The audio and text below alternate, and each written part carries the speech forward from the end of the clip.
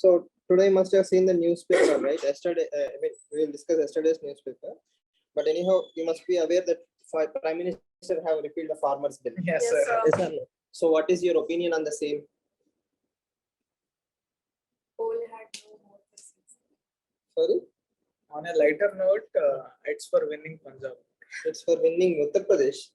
Punjab, I think. You won't win Punjab. See, what is not in your hands, you are not going to lose, right? Sir, Amrinder Singh is joining BJP alliance. He will have his own party, right? But still, Okay, fine. Uttar Pradesh is the actual goal.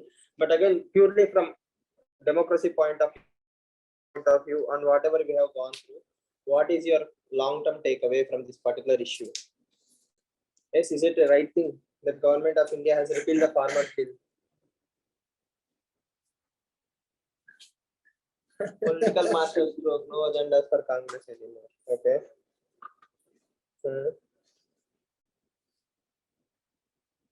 So, are you empowering civil societies or pressure groups to say that if we agitate next time, there will be repeal of the laws, so that in democracy the decision making will be further slowed down? yes, sir. Yes, and the long-term damage is the reaping of demographic dividend. Let's imagine from 2020 to 2021, we have wasted 19, actually 2 years we have wasted on the farmers bill. Now we will invest some more years. So let's say by 2023 are again bringing in new modifications for the farmers bill, awareness generation. The reforms will take 10 years, 2033. So in 2033, farmers will be reaping the benefits. Demographic dividend will end by 2040. So you are unable to remove or move the farmers away from the agriculture to industry and service sector. By 2030, you are moving away from farmers from agriculture to service sector. By then automation will come. Yes or no? Yes, these are all policy ramifications purely from the economic point of view. Okay, and it's a backward move because agricultural reforms were very, very essential for the country, and at this particular juncture they were progressive. There is no doubt. Again, we have to also understand that government is not again going to introduce the bills in a different way. Probably they may not call it as a farmers bill. Tomorrow they will call it only as Essential Commodities Act modification. So farmers won't be offended by that. So government might be bringing the same reforms in a piecemeal approach. So that can also be one way forward, right? Next, after the Punjab elections, they might bring back the same bills with full stops and commas again. Yes or no? That is also a possibility, right? Next, I think we have empowered the civil societies or pressure groups in a very wrong lesson. If the great BJP, the single largest party in the country, can be pressurized by civil society organizations, tomorrow if there is a hung parliament, tomorrow if there is a dependency government or hung parliament, do you think progressive decisions can be taken long-term benefit? Right? Because BJP is single largest party in the country. It does not need a single coalition partner, still it can rule the country, right? With such a majority also, if you are pressurized or taking political considerations, we cannot blame other parties. What else is there?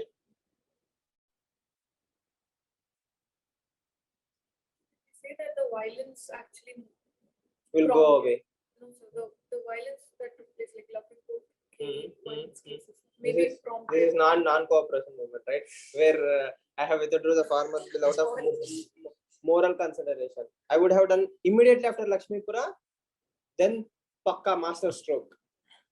Yes or no? It's better to repeal farmer laws rather than let people die. I'm the moral authority of the country. That would be pure master stroke. Yes, Gandhi. So that is why Gandhi is a very good politician rather than leader. Yes. So he knows when to play the right card. Then farmers bill. Any positives?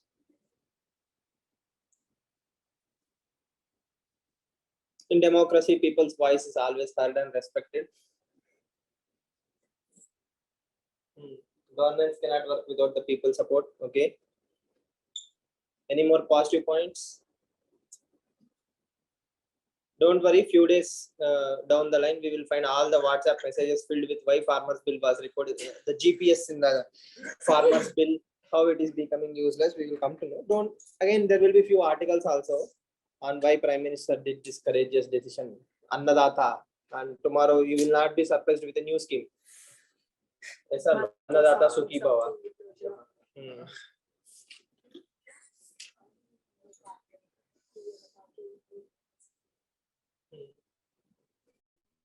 I see hardly any positives. At this immediate point, I see most of the negatives only. Yes, and it's a long-term policy debacle.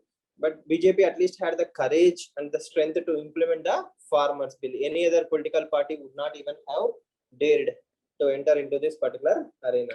The best way forward would have been promising 10 years of MSP. Yes or no? We will keep the Statutory. farmers bill as it is, and we will promise you that for next 10 to 15 years, MSP would have been promised or guaranteed. Then the probably farmers agitation would have diluted. Anyhow, we don't know the internal politics, but I thought it is for UP elections. Let's see how it goes. Yes. Okay. This is an article about universal healthcare system or universal health coverage. One thing is the governments, both in state and center, all over the country, believe that private sector is the long-term solution. If we have private sector, if we take private sector into consideration, we will solve a lot of the problems. And throughout the countries, in all over the world, we have seen there are certain sectors like military, health, education. It's all good if it is in the hands of the public sector rather than in the private sector, because private sector won't be happy or won't have the same welfare maximization attitude, whereas private sector will think in the lines of profit maximization. And we have also seen the debacle of insurance based health coverage system in USA. In USA, insurance is very costly. Healthcare is very, very costly. Why? Because of insurance. Because of insurance. So see, think about it. Insurance is a shortcut. Ayushman Bharat is a shortcut. Why it's a shortcut? Because it is not the real strength of the healthcare lies in strengthening the primary healthcare systems. But merely it is like curing, not preventing. How are you linking Ayushman Bharat as a shortcut? What does Ayushman Bharat do, or what does the state insurance schemes do? That there are certain notified diseases, there are certain notified hospitals. If you are having these ailments, these problems, you can go to any private hospital, get the treatment done, and government will reimburse the money to the respective hospital. So that is a basic version of Ayushman Bharat or any other state government scheme. Yes or no? So instead of spending 30,000 crores, 40,000 crores per annum on insurance, okay, can I spend the same 40,000 crores to empower the government hospitals, build infrastructure, yes or no, have more doctors, provide better healthcare facilities within the government departments? That is long term. Now what am I doing? I'm taking a shortcut. The shortcut is the argument of lack of capacity. There are 10,000 patients, only 1,000 beds are available. Till the 9,000 other beds are ready, I will support the private sector. That is what government is trying to tell you. But once you get into the private sector argument, let's say I started a hospital. Half of my patients are, let's say, from Arogyasri or Ayushman Bharat. I am used to the government money. Now, will I have any incentive for you to motivate to construct government hospitals? No. Why will government construct hospitals? 1,000 beds I am maintaining, 9,000 beds are taken care by the private sector. Everybody is happy. Yes or no? At least that is what government's version is. If you see COVID pandemic, did this policy work? It was an utter failure, right? We all have seen that private hospitals, even the best private hospitals, didn't have a single bed. So when the system overwhelms, when the system is really overwhelmed, both private and public are a failure. Yes, so capacity addition to public hospitals is a long-term solution. But once you taste the shortcut ways, insurance ways, and all those things, you are trying to create universal healthcare coverage systems, and you are depending on the private sector a lot. Okay. Unfortunately, the thing is, it has become a business model. Earlier, you didn't see these many hospitals.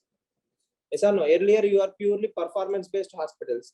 If a private hospital is surviving, that means it is actually taking care of the people and people are happy with the treatment. Now, nobody cares about the quality or the performance of the hospital. Why? Insurance money. There is a misuse, fraud.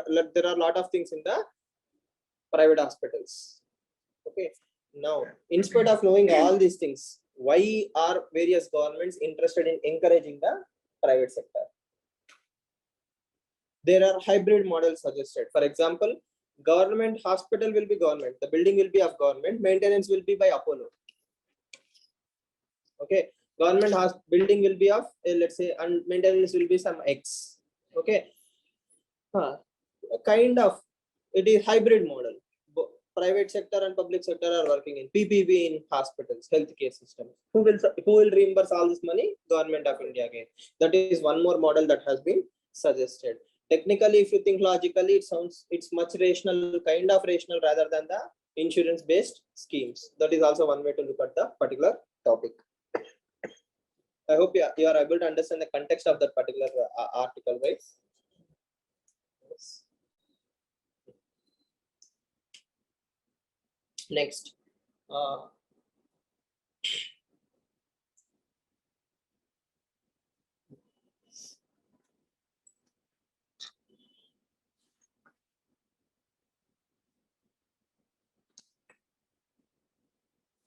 So here there are two ways. One is universal basic services and universal basic insurance. 5 lakhs may or may not be able to solve a lot of diseases. People are still pushed into poverty. Yes or no? Even after having all these schemes, out of pocket expenditure is very real. Government does not cover your medical expenditure or after treatment, post treatment maintenance. There are a lot of issues. Now there is one more concept called as universal basic services, that anybody can walk into any of the hospital and it is free. Like everything and anything mandated by government is free. Universal basic services. It doesn't matter whether it's a 1 crore treatment or a 10,000 rupee treatment. If I go to government hospital, it is free for everyone. And everybody is having a vested interest in maintaining that system. Right now, the India-Bharat debate, if you take, okay, India is having access to hospitals. Bharat is not having access to hospitals. Yes, sir. Yes or no? That means you are a privileged person, you are educated, you are going to a private sector, private hospital. Before COVID pandemic, did you ever think that I will go to a government hospital? No, right? Mostly we have never even had the thought that I will ever go to a government hospital. We have private clinics. We all assume it on a collective level, right? Now we realize that private hospitals, government hospitals have a lot of importance in the public healthcare system. If public hospitals fail, collectively we all fail when the system crumbles. So till COVID, pre-COVID, 2019, before 2019, I had personally zero vested interest in maintaining a government hospital. Why? I never cared. I don't care whether it's there, whether it's not there, doctor is coming or not. But if I make sure that from Ambani all the way till the lowest, last man in the line, if everybody is allowed to go to government hospital and everything is free, universal basic services, then don't you think I will have some kind of vested interest to at least make sure that the hospital is existing? Why? If there is a third wave, fourth wave, probably I will be needing the services of a government hospital. So whose responsibility is it? The collective responsibility of the society. So we need to increase the budget of the healthcare system and we need to increase the spending on infrastructural development. That's the most and the most logical way going ahead. And for a country like India, which is very poor, okay, have a lot of dependence on the healthcare system, private sector is not the long-term solution. Those who can afford, fine. But you should not create new system only because of the particular thing, right? Isn't it pharma lobby a major obstacle in doing so? I don't, lack of political will, right? See, not only pharma lobby, everybody is having a vested interest. Doctors have a vested interest, pharmacy have a vested interest, citizens have a vested interest. I don't care, right? And government is happy to outsource. It's not my headache. Can anyone blame government for not doing anything? I'm providing you Ayushman Bharat. What else you want me to do? Yes or no? Till the previous governments did not even have Ayushman Bharat. I have Ayushman Bharat. I am providing you with basic healthcare system. We cannot expect the system to do everything, but that is exactly what system is supposed to do. More money on infrastructure. As I told you, right? People after taking chemotherapy outside in AIMS will sleep outside the AIMS on the roads. Why? Because they don't have enough money to go back to their villages and come back. They are that poor. They don't have money to call their families. They will stay there only on the roadside eating rotis. They'll spend 10 to 15 days to get the regular checkup. So people are very poor in this country. So let's say God's grace, people who can afford are fine, but those who can, you simply cannot expect them to die on the roads, right? It is a responsibility of the state to provide infrastructure. And honestly, think about it. We haven't even seen the government hospitals. We have no clue how they function. They are the best. They have the best doctors. Why? A doctor who gets 10,000 patients every day will obviously be the trained, right? The system will make him the best. So there are best doctors in the world, but they don't have enough support. They don't have infrastructural support. They don't have other kind of support systems. So there is a lot of gap in the system. So insurance is in a very simple way a shortcut. Okay, and it is having a lot of issues, but national health card, the blockchain technology, that might reduce the corruption in the insurance systems, that might actually make the private hospitals more accountable. That is also one way to look at the things. You remember the digital health card, right? Right now, if you go to any hospital and say I have a government insurance, they will make you sleep on the bed for 3 days, eat apples, 30,000 rupees they will claim as insurance, even if you don't have any problem also. Okay, but blockchain based national digital health cards are there, then they have to exactly tell what is your data, why you have been admitted in the hospitals, how many IV bottles have been given to you, what medicines have been given to you, what is the so on and so forth. Then they cannot actually admit fake patients without any necessity. So that might be one counter argument to whatever I have discussed so far. So technology can solve the insurance frauds. So then that might push the private hospitals to be more accountable. Two ways, but again, I'm a firm believer in infrastructural development rather than technology. Clear? Yes. Can India spend more on budget, right? 0.7% on So again, GDP. including a lot of things, that 1.7% has salaries. You can understand the entire thing. You are hardly spending 1% of your GDP only on infrastructure. Startup India, stand up India, make in India. You can yes or no, you can do a lot of things. We have to import. Again, see, it all depends on political will, right? Only when normal people go to the hospitals will improve. And the typical movie suggestions will be there, right? All MLAs and MPs should only go to government hospitals. All IAS officers should go to government hospitals. Then the system will improve. Yes or no? Even the great Jayalalitha, she has one of the best healthcare systems in the country, at least for primary level. In Tamil Nadu also, even she went and joined a private hospital in. Yes or no? Yes. Okay. When Amit Shah was infected with COVID, he did not go to AIMS first. He went to AIMS for checkup. So what I'm trying to tell you is, if you believe the healthcare system, then automatically you will invest in the healthcare system. Are we forgetting the time factor? Which one? Like, say, suppose now we mentioned 30,000, 40,000 crores are spent on the insurance. Now, if we spend that on infrastructure, like even now the decision is taken, it would take another 10 years for the entire infrastructure to be ready. So until that 10 years, the patients are not well or something. What about that? Exactly. Now, your point is very valid.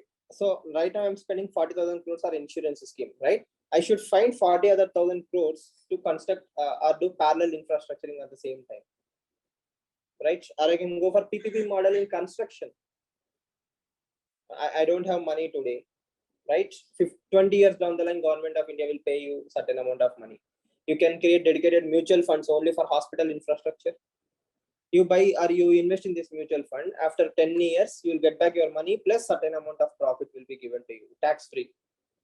I can generate 40,000 crores per annum through this mechanism. That I need a will, that I want to make money. I want to raise money to invest in health infrastructure. That plus Ayushman Bharat. You continue both of them side by side. Once we establish enough hospital infrastructure, automatically people depending on the insurance will come down. That money can also be utilized for further infrastructural development. Yes or no? And we will create a healthy society, right? And holistically speaking, if you actually work on Fit India, half of the Indian patients can be saved. Half of us die because of non-communicable diseases. So if you wake up an entire generation to go back to our Surya Namaskars, yoga, meditation, healthy lifestyle, prevention is better than cure. That is also one way to save money. Yes. So will of the leader or will of the politicians is what matters. You have to push it like an agenda. We need to have a fit society. Fitness is a culture. Yes or no? So that also saves money. So like this, a lot of things can be done. I mean, it's a will. Where there is a will, there is a way, right? Yes, that's simple. See, sitting in a discussion class, if I raise these points, if you bring all the policy makers, people who are involved in the system already, they have already written books. Yes or no? They have even 10 times better solutions than me. So where is that will where somebody is listening to all these things? Right. Somebody said something.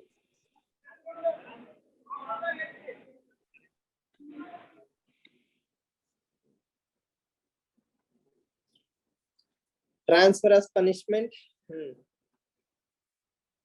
What do you think? The collegium is flawed.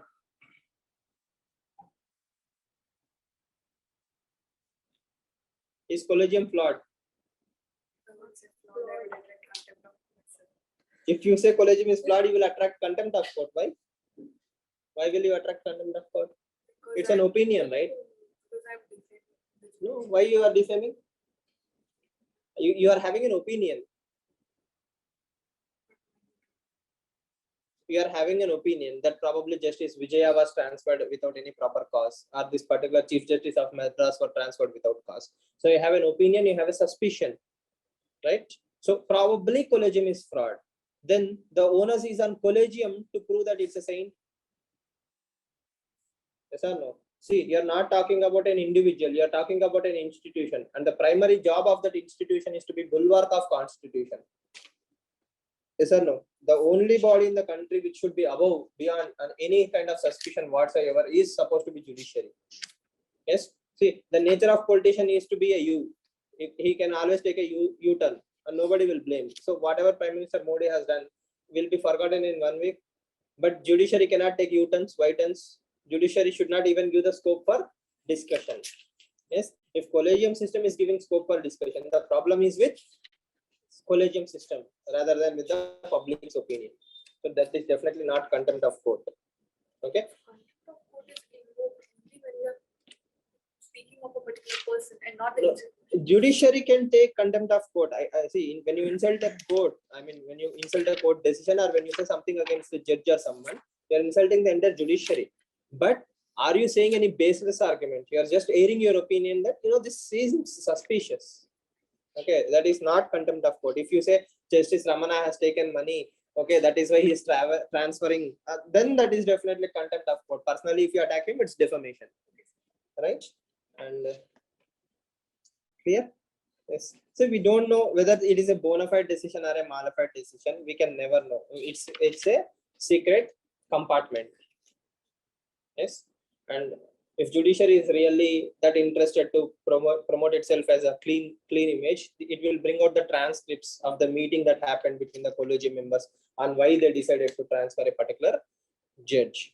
So till then, I think it's anybody's case. You can take that side or this side.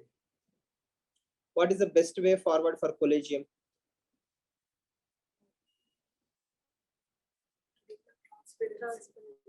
How?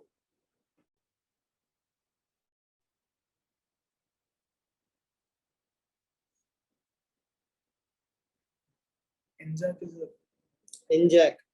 Okay. Okay, I think they have taken it and put it in the basic structure, right? Collegium or that ability independence of judiciary as under basic structure. So it is going beyond checks and balances. Hmm. So Hmm. standards bill. Hmm. Standards bill. The same NJAC, similar like NJAC, we can bring standards on how or why they are working or how it is working. But the problem is, it's nobody's case, right? Let's imagine there is a chief justice who is morally corrupt. Okay, he is biased towards a particular party. Yes, so he might do similar things. We may never know, right? Or there might be some strong case against that particular judge, which should not come out in the public. He must have done something. The court does not want to damage its own image, and that is why they are transferring. So it is protecting both judiciary's image and the judge's image. We will never know, right? Like this, there is good and bad within the collegium system, and there is always a tussle between judiciary and executive, the politicians, right? So if you see Indira Gandhi, the first judge's case, second judge's case, and all those cases, why did collegium in the first place? Because It's a fight between the politicians and judiciary. Who should appoint the judges? Politicians or judiciary? Who should have a final say in the appointment of the judges? Judiciary or politicians? Are all judges clean? Or are they having political loyalties? Are such people entering the system? Did collegium prevent the people from, collegium is supposed to be solution for politicization of judiciary. Did collegium achieve that target? In the recent past, we have clearly seen, like Justice Arun Mishra and other cases, that politicization of judiciary is very clearly evident. Yes, so collegium actually did not stop any of these things, but collegium thinks it is stopping most of the things. Okay, and truly speaking, from constitutional point of view, constitution did not envisage judiciary to become truly autonomous in every sense. It is supposed to have some kinds of checks and balances from the executive point of view or legislature point of view. So the body that is supposed to uphold the constitution is breaking the constitutional values. Again, it won't be accountable. At least it will be like a guiding light to the next generation of the collegium, that there can be flaws. And second thing, if I'm morally corrupt, I won't be writing that exact decision and why I am taking that decision, right? Yes or no? True. So there will always be some other argument I will give. Yes, he is even more efficient. Northeast people need such efficient judges. Yes or no? Why should Madras people have all the fun? Yes, Northeast people also deserve justice. So that can be light. The best way forward is judiciary to bring out every decision within 1 year, not 10 years. 1 years down the line, all the classified data will be declassified. Then probably judiciary will get some sense of accountability or external pressure. Passing a NJAC like a bill like NJAC will also be more helpful. Yes. So the thing here is human nature. You cannot stop moral corruption with any kind of mechanisms. That is the takeaway.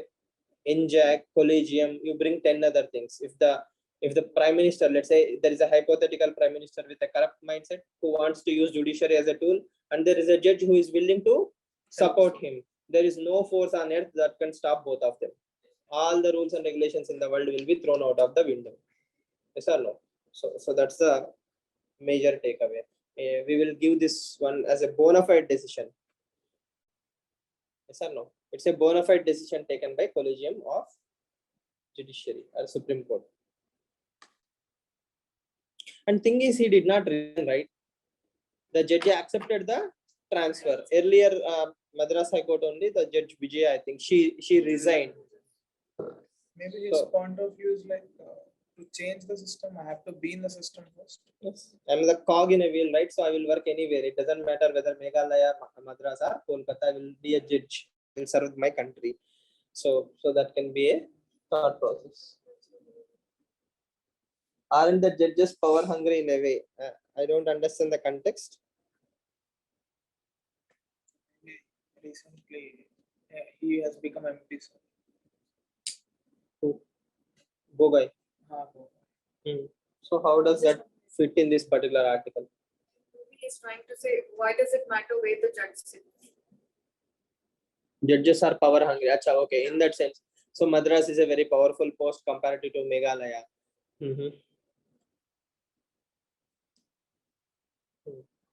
Maybe removal motion against any But judge. if you are appointing him on day one itself in Meghalaya, this discussion would not have come, right? Yes. Okay, we'll see. So aren't you things beyond the reach of law Like, and few frameworks? Like, I think assessing the what do I say, bona fide. I mean, is a decision bona fide or malified? I don't think these things can be ever put under a law and then exactly, that is what I'm trying to tell you, right? Moral corruption cannot be restricted using a legal mechanism. So you can never prove. दूध का दूध पानी का पानी कभी नहीं हो सकता, right? So it's as simple as that. You bring all the technology in the world, but still it's very difficult for you to say that this particular judge has done something with a bona fide or a malified intention. So the ultimate solution is to bring mechanisms to promote that moral rightness as much as possible. See, your moral compass is flexible, right? Your moral compass is flexible. My job is to restrict your moral compass from wavering a lot. You will still be corrupt, but I will try to restrict your directions as much as possible. So that is what systems should do. That is what collegium is supposed to do, to reduce the influence of the politicians. Kitna or how much is again a subjective term. So we should be happy that this much, at least this much is happening, right? Out of all the hundreds of judges that are transferred by collegium, 1 or 2 is creating a ruckus. The rest are okay with it. So the system is kind of working. But if we give it to the politicians, we might see the similar articles every other day. So should we be happy that this is working, or should we cry that this could have been better? Is a perspective, right? So that is how democracy grows. the conclusion, can we write this point so that legal mechanisms have their own limitations? Definitely. It depends on the question again. But basically speaking, yeah, everybody should work for constitution, not for personal agendas. So that's the best conclusion ever. Yes. Why? Constitution is ultimate. Whatever you do, wherever you are, if you are working with the constitutional principles in your heart, mind, and spirit, then it is valid. Or else it is, Nullified. or it has to scope for improvement. It's never say modified. You will always say there is scope for improvement. Dhoni. Yes, that's all. Citing the same, why can't the citing the same lines? I think the Constitution doesn't guarantee Supreme Court to be an autonomous, but an institution which is bound to checks and balances. They can again bring this engine. They can try to bring in. They have to develop consensus with the judiciary. Yes. See, the best way forward is bring the judiciary into discussion. Okay, let's Ramana, let's discuss. Okay, Modi can have a chai pe charcha, right? So then he can have a discussion with Ramana. This is what I am thinking. What are you thinking? Then we will discuss. See, he was praising Rijju, right? Kiran Rijju, right? So the law minister is praising Chief Justice is praising law minister. Why don't you both have a cup of coffee and discuss what is the problem with the present system and try to bring some new bill with consent of the judiciary? Then judiciary won't strike down that bill. Again, political will. So as I keep saying, you can write the first point as lack of political will in almost all the main answers, and then proceed ahead, and you will still be given good marks. Yes, this is what we were discussing the other day. Critically analyze or critical thinking in relation to the rights of the historical wrongs. So if you are talking about Airavana, you should also talk about Ekalavya. So that is what is a balanced thought process. So this article is trying to bring that exact discussion into the frame. So what are the things that you have learned in this particular article? Major takeaways. What is it trying to tell you?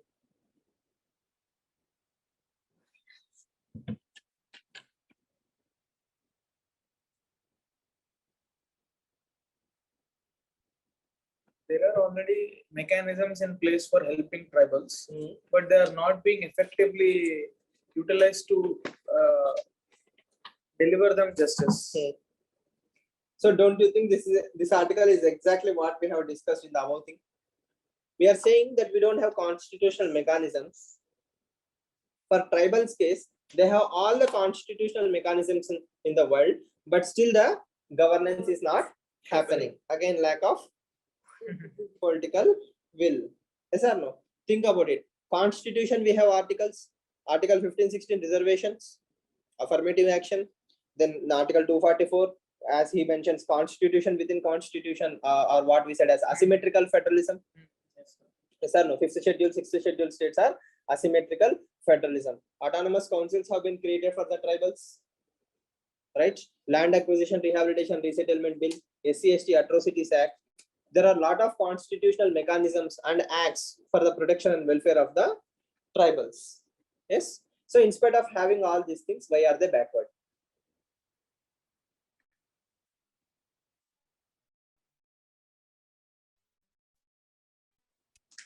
We have Forest Rights Act, we have PISA.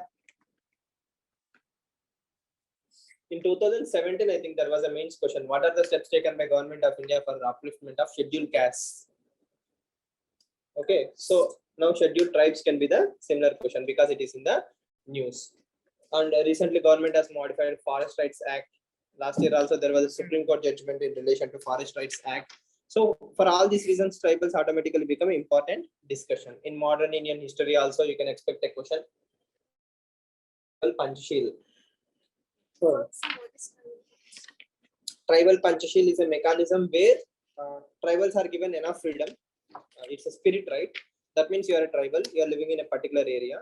I will give you enough freedom. You grow according to your own traditions, customs, rules, and regulations. But one day when you feel like, I can join with the mainstream country, come and join with the mainstream country. It's like, I don't interfere in your tribal ways or in your traditional ways or your customary laws. Nagaland, for example, Naga tribal councils are still there. The Naga men rule there. Everything is there. Okay. But one day they have to develop. You stay within India, but you follow your own customs. Right? I'm not imposing my constitution on you. You can still maintain your own traditional custom laws, but you have to uplift the community. One day you should join with the Indian mainstream. So that is what tribal Panchashil tries to do, more or less in spirit. So was it the brainchild of Nehru? I don't remember. I think it's in the same time. Nehru was a very pivotal figure in. Nehru was a very pivotal figure in tribal Panchashil. He encouraged that. So again, are we seeing the tribals from mainstream standards? Yes, sir. For example, gender justice. If I see gender justice of Shabarmala or constitutional morality, in Naga tribal councils, it won't work because MLA from the entire state in the last 70 years. Okay, so gender justice does not apply to Naga tribal councils, more or less. There was a huge debate. So that is one way of looking the things. But just like Article 370, instruments have become institutions. We have given them a lot of time to join with the mainstream society, and the development is not happening. But it affects the overall human development capital of the country. It creates a lot of pockets of isolation. That is a problematic scenario. So how do we empower them? Yes. So he's saying something needs to be reconfigured. For example, community development blocks, creating a pockets of tribal advisory councils where they will take care of themselves. So 2021 technology came, education within the tribals have increased. So should we reinforce the tribal Panchashil in 2021?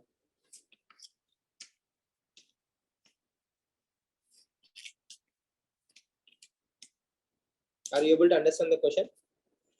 But again, it would take another years to make them to. But at this time, we cannot create new conflicts, right? At this time, we cannot create new conflicts. We cannot break all the old rules and suddenly say you have to join mainstream by force.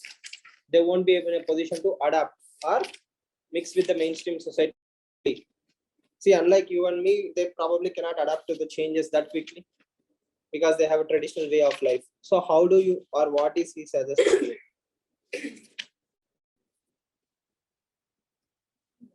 can bring that, sir, because Hmm. this tribal advisory councils can Hmm. be filled with those who have. I mean, there were a lot of obstacles Hmm. for those who have actually grown in Hmm. this system. And then there are so many tribals Hmm. have got educated and they are working really well. Hmm. Hmm. So we can bring them back, Hmm. or whoever are interested in uh, working for their own communities, Hmm. utilizing the rapport between the educated among tribals and uneducated among tribals. Hmm. Maybe the tribal punchil can be, this can be a modified type of tribal punchil. Okay, so what he's saying is also more or less similar concept, right? Community development, integrated tribal development projects, or tribal advisory councils. So the only thing is you have to empower the groups with the tribals, and there should be some political support to the same. What we do in normally is we create an institution or we create a body, and we are happy that I'm doing something. See, creating Ministry of Tribal Affairs is like wearing a fit band. Fitness band. Will fitness band fitness? No, right? I have created a tribal development authority. I have given 5th schedule, 6th schedule. I have tribal advisory councils, autonomous councils. I have created all these things. When did I create all these things? More or less 70 years ago. Okay, last 15 years if you take, I have created Forest Rights Act. 20 years if you take, I have created PISA. I have created everything for the welfare of the tribals. Yes. So it's like buying 10 fitness bands or having a gym at the home. But the thing is, you have to work out. That is political will. Yes or no? You have to bring the bottom up approach, not the top down approach. If you look, all of these things are top down approach. Whatever he is suggesting is bottom up approach. Okay. So the reform has to start from the bottom up approach. And that should be encouraged and supported without any vested interest, vote bank politics, communities. Again, what will happen, all of you know, right? Within tribals, there are so many sub-tribal groups. So if you are creating a tribal advisory council, let's say a member from different tribal communities are made into the chairmen, then they will have internal wars, cold war. The parochial interest always prevails. So that is why institutions always become even rigid institutions. They maintain status quo. What is Telangana government doing, or what is Tamil Nadu government doing? I have created a tribal advisory body. My job is done. So that is not actually reforming the things, right? We are maintaining status quo in a polished fashion. Yes. What's that fashion? Polished Polished fashion. See, we are having tribal subplans from I think last 1 decade. In budgets, tribal subplan is there. Ekalavya schools have been constructed. But if you honestly go and see the past percentage of Ekalavya school, we will come to know whether they are being implemented in spirit or in letter. Most of them are being implemented in letter, not in spirit. So you understand what I'm trying to tell you, right? So you have to empower them, but that empowerment should come with terms and conditions. Like these are outcome objectives. 5 years after your establishment, you should show these results. Result oriented development, bottom up approach. And there should be a clear transparency mechanism. You have to use technology as much as possible and bring the reports as quickly as possible. Every 1 year, the parliament or the assemblies should have a dedicated discussion for tribal welfare. So let's say winter session, 2 days will be dedicated only for discussion on tribal welfare. Then what will happen? We will know whether the money is being implemented in the right place or not. At least the media will pick up the discussions. They will say this percentage of tribals in India are malnourished. We have severe alarm. Oh, this is how bad the things are. We have to push. Right? What gets measured gets improved. So that's one way to bring transparency and public administration. Or else top-down approach. When nothing is being done, see, people call me pessimistic, or people think we are pessimistic. Why? They are doing something. These anti-nationals will always cry. Why? Yes or no? If I say that government is not doing enough, people will cry. Earlier we didn't have even this much. Now why are you crying? Yes, that is one way to look at the things. We are crying because we can do better. If we didn't have a tribal ministry, then I wouldn't even be discussing that the tribals can be solved, the tribal problems can be solved. Now that we have a ministry, it needs to work better. Yes or no? It's like the Ministry of Differently Abled not having a differently abled friendly website. Yes or no? You are created for the very purpose that your website should be the first place to be disabled friendly. Yes or no? Or at least your department should have differently able toilets and all those things, infrastructure. But a differently able welfare department is there, it is in the first floor. Think about it, having a differently abled ministry department or a department in the first floor only with stairs. Then that shows that solving it. And you have a problem. Yes or no? And even today, if you go and look at throughout the country, you'll find pension departments are in third or fourth floor without lifts. Senior citizens have to climb. Yes or no? So that is sensitivity. That is what is lack of political will. If a minister comes and give left, right, and center to the officers, why is a pension office in the fourth floor? Then things will change. Yes or no? Okay. So what are community development blocks and integrated tribal development projects? Are they only belonging to Tamil Nadu state? No, I don't think so. They are throughout the country, right? We will try to discuss Virginia's Kaka committee, right? There is a Yojana magazine. It's Kaka. His name is Virginius Kaka. He's a professor. He wrote around 70 books or something on tribal. He's considered to be as a legend in the anthropology field. So he was appointed as a committee chairman for the tribal suggestions. So there was an entire Yojana magazine, I think, dedicated to his report. So he spoke about ashramization of tribals. What does that mean? Ashram.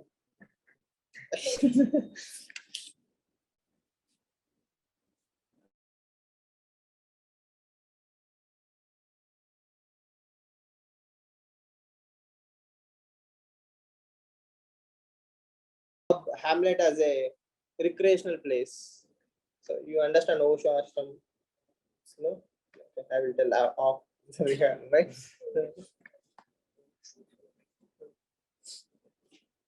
Yes. International reports. Have you read this article? Yes, sir. What is the article trying to tell you? There are faults in this. Except Indian reports, all other international reports will have flaws. Okay, so that is why we call them as anti-national reports. What is the best report? Indian report conclusion. National Disaster Management Information System has the best tools, best measurements, best of everything. So we should follow Atmanirbhar reports rather than anti-national reports. Okay, please don't write all these things in answers. Okay, so again, I don't want blood in my hands. Yes.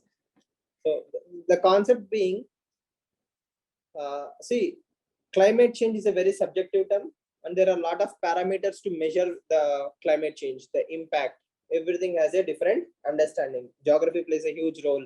Region, climate, weather, backwardness. There are tons and tons of things which will affect the severity. When I try to create a homogeneous ranking system for the entire world, I cannot take the local parameters in the perfect fashion, and there will be flaws in the report. And when I create a report for India, I'm taking Indian context into the consideration. So that is why Indian reports will be a much better fit rather than an international report. Point number one. Second thing, ranks might affect India's soft power or project India in a bad light. Okay, that is something we have to be disturbed about. But the thing is, what is the ultimate goal of both these things? To make India ready for climate change, to make India understand how much money has to be invested in the welfare of the people. So if welfare of the people is my ultimate objective, I will take the good things from that particular report or severe warnings from that particular report. I will take similar data from Indian government reports or our domestic reports. Then I will overlap them, and ultimately I will work on the welfare. That should be the ultimate objective. But as long as I'm worried about what the reports are saying, I'm not progressing. Yes or no? Reports won't solve climate change, all of us know. Actually, it's a wastage of paper also, right?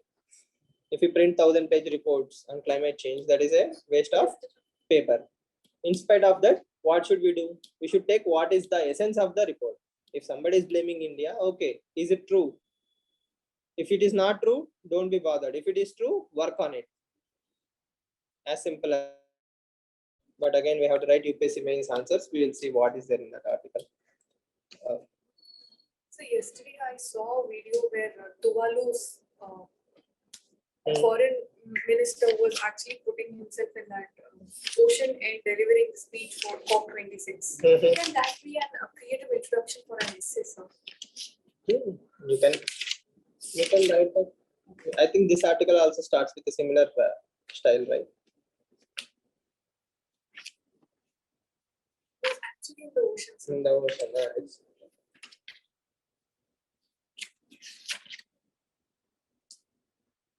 soon his entire country will follow, right? He says, like today we are sinking, tomorrow you will sink. Karma is a boomerang. Right? Okay. See, unfortunately, 2050, right? Yes. Any counter arguments? Why are we so bothered about reports? What is the ultimate objective? Sorry? What gets measured gets improved. Okay, that's one nice way to look at the things. Then To get the best possible precise report. to get the best possible precise reports at global level, what can we do is we can create consensus. Yes, we can fight with. Whenever there is a rational argument, you can always counter with a rational suggestions. If they're not taking it, our moral standing will only increase. If India brings out all the anti-national reports in line by line, okay, and we counter everything with facts, yes or no, then we don't have to ever worry about anti-national reports. So we should develop a scientifically tempered society, and also the ultimate objective should be welfare maximization, not be affected by our egoism. Yes, second thing, there are always vested interests. So what he's trying to say is vested interests will be there where they will try to create reports which are against India. But again, if they're only created for India, let's assume so, it should also distort the ranks of all the countries. It's not that possible, right? And obviously, all rankings will be favorable to Western countries. They are creating the reports. They will check the parameters in their favor. Why will Denmark have? Denmark or Scandinavian countries will always have the best happiness report. Okay, standard of living, I can understand. Happiness? Yes or no? No? Why? Yes. Why are they, I think they are kind of creating that image that we are best in everything. Standard of life is automatically translated into happiness. Yes or no? Okay, that's one way to think.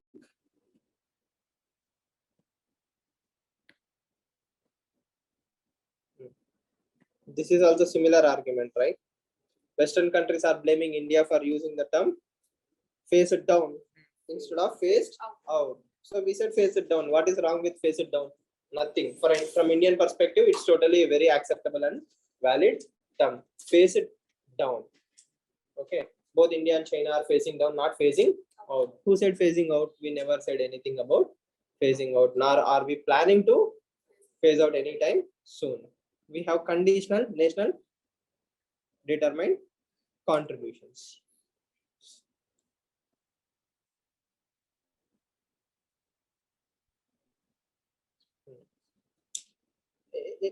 When I saw the when I saw the headlines, something came to my mind. Does anything come to your mind also?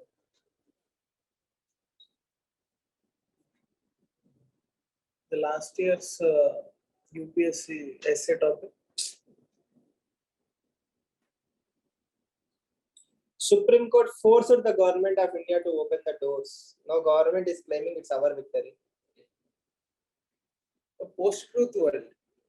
I'm just saying, Supreme Court literally asked the government to open the doors for permanent commissions of women and all those things. Supreme Court was very progressive in the continuous judgment that led the government to accept the particular suggestions.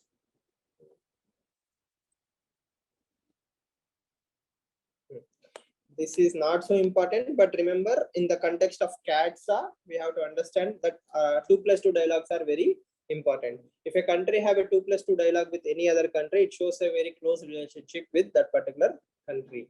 So Russia is about to hold India's 2+2 dialogue. We have similar dialogues with other countries, USA also, Australia, USA. Israel. It shows closeness. Yes. In the same way, in the backdrop of CATSA, we are telling the America, and we are also reinforcing our friendship with Russia. Two birds with one stone. Yes or no? Strategic autonomy. Yes, that is a very good example for strategic autonomy. In spite of all the pressure of CATSA, India is still going ahead with 2+2 with Russia. What does that tell you? That India is friend of everyone, not enemy of anyone, and we will always have that freedom.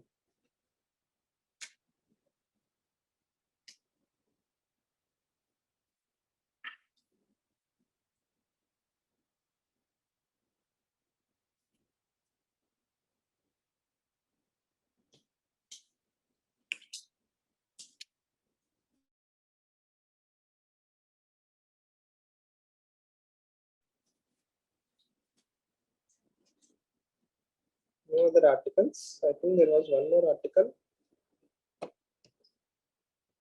Front page, I guess. I missed. Have you seen Indian Express explained article on this same ASAR report on enrollment? No? No? Okay. So there is an Indian Express explained article. I think yesterday. Only.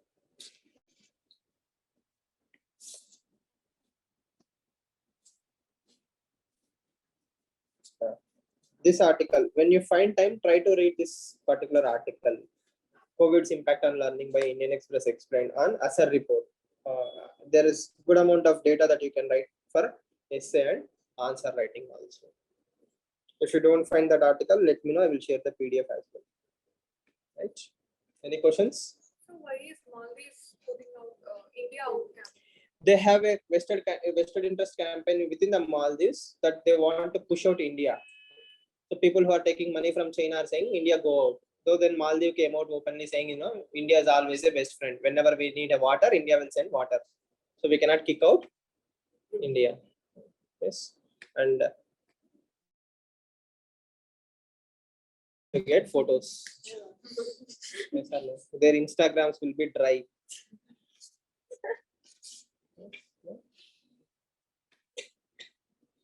Tourism is livelihood of Maldives, right? So we have double trade agreements also. Maldives.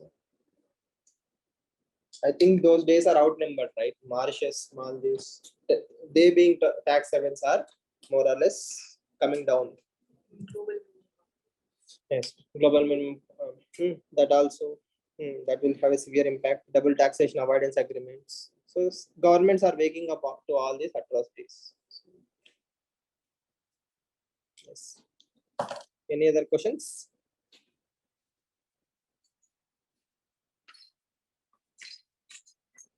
Vehicle leasing. Which article?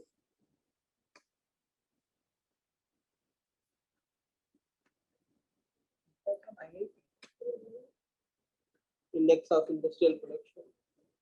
I haven't seen that article. Share me that article. We will discuss the same.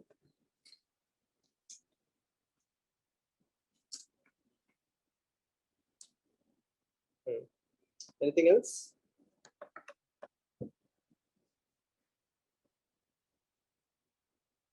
Yes.